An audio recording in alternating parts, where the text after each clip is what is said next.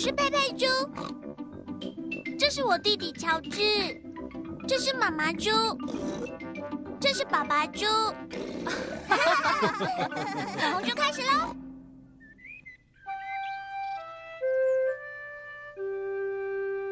今天播出打嗝。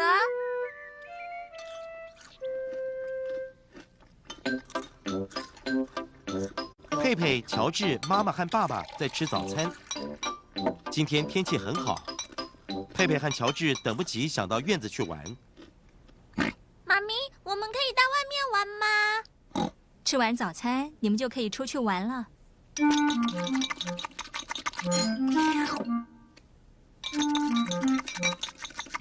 乔治，果汁不要喝得太快了。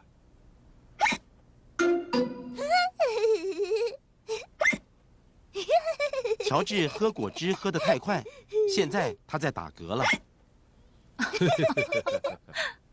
我们可以出去玩了吗，妈咪？还不行，乔治在打嗝。可是妈咪，乔治已经不打嗝了，对不对，乔治？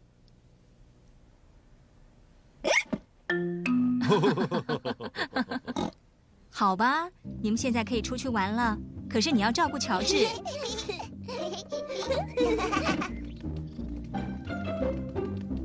佩佩和乔治好喜欢到院子玩。乔治，我把球丢给你，你要接好哦。乔治，不要再打嗝了。乔治，现在你把球丢给我，我来接。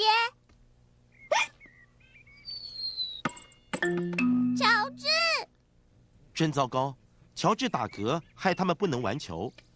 乔治，我知道怎么样治好打嗝，你必须跟着我做哦。揉一揉头顶，再揉一揉肚子，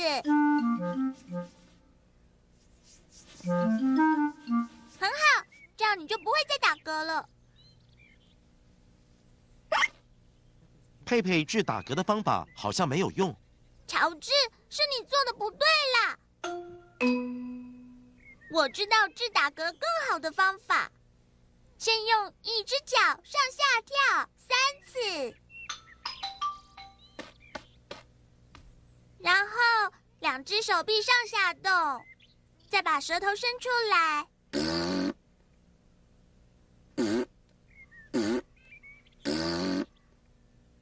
现在呢，闭上眼睛，很快转圈圈3次。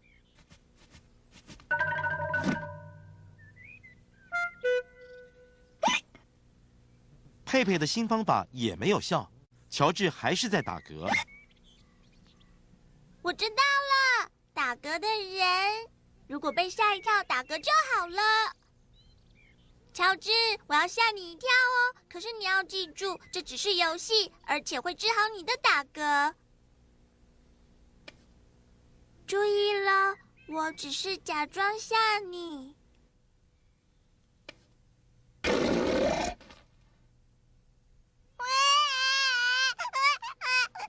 佩佩，你怎么对乔治这么凶呢？